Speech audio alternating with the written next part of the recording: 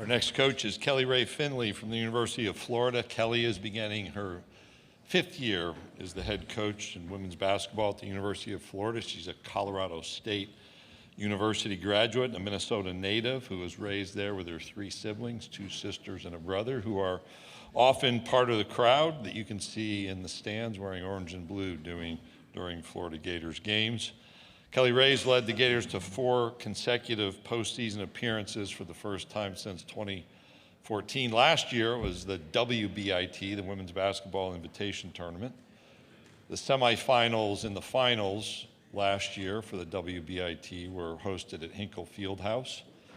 I walked in to attend the semifinals with my wife to find out that day Rae became a new mom. So it was a tough day on the court for the Gators in that semifinals, but a good day, and I guess what I'd call the home court for the Gators. So congratulations for that life-changing moment. Rae's accumulated a winning percentage of .555 in SEC tournament action, which is the highest in the program's history, totaling 5 tournament game wins at Florida.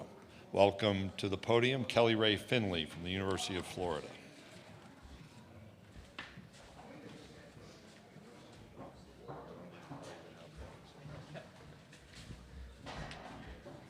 Good morning, everybody, or should I say good afternoon, as we kick off the afternoon hour here.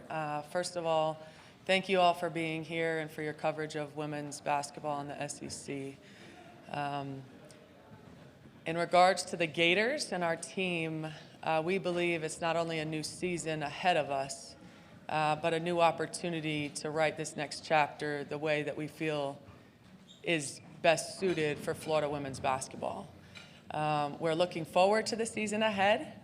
We return Layla Reynolds, Liv McGill, and Miara O'Neal as a core group, right? And with the addition of the change in the junior college rules, we were able to return Alexia DeZecco as well, which was a tremendous asset to us this offseason. Our non-conference should be something very fun to follow, fun to watch. Many, many home games for Gator fans everywhere. But this off-season was a bit untraditional for us in that we have many international student athletes, all who had the opportunity to compete with their national teams. So we feel refreshed, ready for the season ahead, and most definitely are looking forward to you all covering us and seeing us on the court here shortly. Thank you, Coach. If you have a question, raise your hand. We have Tommy and Kelly. We'll get a microphone to you. We'll start right here in the center. Microphone coming from behind there. Wilson Jackson with the Non-Basketball. How you doing, Coach? I'm wonderful, thank you. So one of my questions is, and you just kind of alluded to it, having the international players and them being able to play for their national teams, do you think that will be beneficial, specifically not just within non-conference play, but as you get through just the trajectory of your schedule, will that play out for you guys in terms of success for this team, especially coming from last season where you guys were in games and then things kind of separated going down the stretch? Yeah, absolutely. We're looking to build on last season, but like I said, in this new season, right, start off really strong. And the international competition only amplifies what we feel like we're going to be able to do in the non-conference. Playing for your national team is undoubtedly a huge honor. And many could look at it as though, oh, well, your whole team wasn't together all summer. For us, we're refreshed, we're renewed, we're connected, and we're really focused on that common mission and that common goal that we have. But it was tremendous. All 3 of our freshmen, Kat, Nitty, and Mills, have a lot of experience on the international level, which should serve us well come conference season. Okay, we'll stay in that same row. Second row, right here in front. Hey, Coach, Neil Blackman, Saturday Down South. You guys, like gentleman next to me said, we're in a lot of games, and sometimes turnovers were just, I think you had 100 more turnovers than your opponents. That's a lot of possessions to give away. Yeah.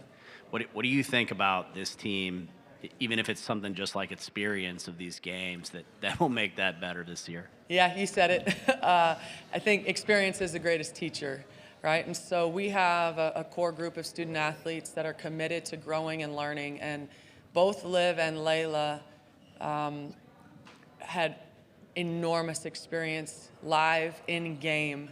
They're diligent workers. They're students of the game. And I'm excited to see that improvement over the course of the season. Okay, we'll go back down here in the center again. Coach, we got a chance to kind of see Liv McGill grow up throughout the season, non-conference, especially in SEC play. What's the next level in her trajectory this season? She's a big-time player. She would tell you she's been working tirelessly on her leadership, her connection with each individual player, understanding what makes them tick, and how to drive a program forward, right? We have standards that we want to reach and expectations. And for Liv, she's unconventional in that she is old school in her approach. She's a worker. And as a coach, she couldn't be more proud of somebody who wants to earn everything that they receive. And her and Layla, Miara, being able to play off of each other. But that experience, like you said, the SEC is a fast league. It's arguably, not so arguably, the best league in women's basketball. And so to be a freshman with that much experience that she had last season, using that, growing from the film, studying that in the off season, you're going to see huge growth this season. A question, raise your hand. We'll get a microphone to you. We'll go down here. Kevin? Kevin Skarbinski with the SEC blog. How do you translate the success you've had in the SEC tournament into more consistency during the regular season? Well, you know what? I appreciate and I love that question because that's the truth. And we need to peak earlier. Though you want to peak in March, we've talked with our team.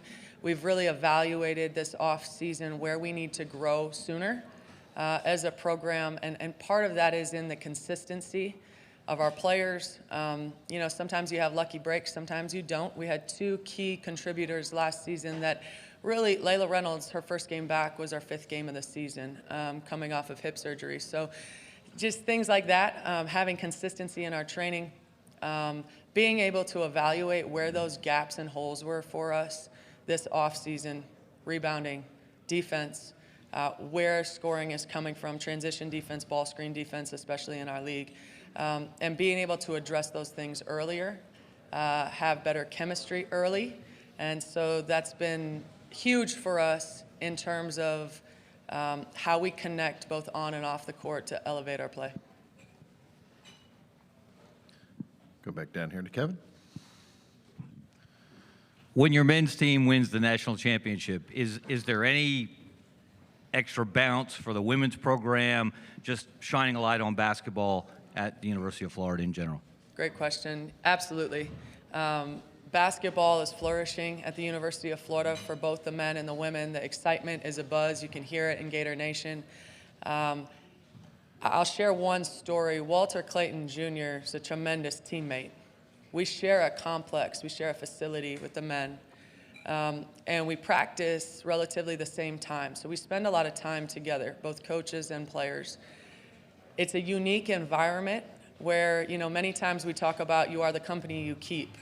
And I can't tell you guys how many times Walter would walk into that training room and say, when we win, we all win. When you eat, we all eat, right? And for men's basketball to be uplifting the women's basketball team and a women's basketball team to subsequently be uplifting the men's team is just truly special. So you're spot on with that. Basketball buzz is at an all-time high on campus, and we're looking forward to the season ahead. Okay, Coach, we'll go down front again here in the second row. When your last name's O'Neal, that the expectations on you, even if you're playing checkers, are probably pretty intense. So just talk about Miara's development and just kind of what you've seen from her. That you brought her here, so yeah. Oh man, I'm grateful that you asked that question. I had hoped somebody would. Miara has grown more than anybody on our roster in many, many ways. And as a coach, to understand your student athletes is a tremendous part in initiating that progress, right? And so for Miara, the trust was at an all-time high. Her buy-in to her process and her timeline and her ability to quiet the outsized noise is elite. You all will be very pleased with what you see on the court from her this season and her growth everywhere. The speed of the game, the pace of the game, she's really worked tirelessly on her overall strength, her conditioning, but she might be one of the most skilled bigs in the country in terms of her ability to shoot the three, go inside, outside, rebound, initiate the offense, and things of that nature. She's now more ready than she was last year. But to be as young as she was, to be bought into that process is incredibly unique. And another one here in the middle. Coach, obviously every season is different. What did you learn about yourself the most after last season, and what could fans expect differently about this year's team? I'm probably the most critical of myself. I was raised by a coach, and so coaches' kids sometimes are just a little bit different, right?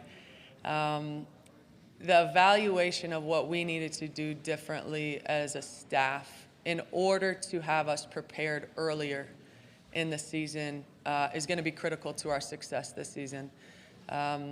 Just evaluating defensive schemes, offensive schemes, who needs the ball when and where, combined with the experience that we now have that we didn't have. But in talking to our team, we're still young. We have one senior. We're young and hungry, right? And so us as a coaching staff, I feel like we've really improved this offseason. Not only to be in those close ball games, that's SEC play. Every game comes down to 1 or 2 possessions. But the ability to execute down the stretch comes with composure, consistency, confidence, and things of that nature. Over here on our left, Patrick. Coach, being a coach's kid and growing up in that world, we all know for some reason, kids, we struggle with receiving instruction from our parents. I don't know why that is. But was there some type of realization as a head coach where you're like, dang, I now get it? Oh, absolutely. I remember growing up, my dad saying, he was diligent. He was, go to the X, right? You'd be a step off of the X on the court, and you'd be like, I'm on the X. No, you're not on the X, right? And so I find in myself, in my teaching, in our teaching as a staff, those little details that matter, that when I was, 16, 17, 18, I'm like, what's the difference of 2 feet? Oh boy, the difference in 2 feet is enormous, right? But just the discipline that's required to be prepared in order to have our team prepared, I think that that's something that sometimes is missed. The sacrifice in what it takes to be a coach, to mentor and help grow young women to be strong and confident and powerful, both in business and in life. I think that's the ultimate goal for us all as coaches. But yeah, I definitely have had that epiphany. Coach, thank you for your time today. Thank you. Go Gators.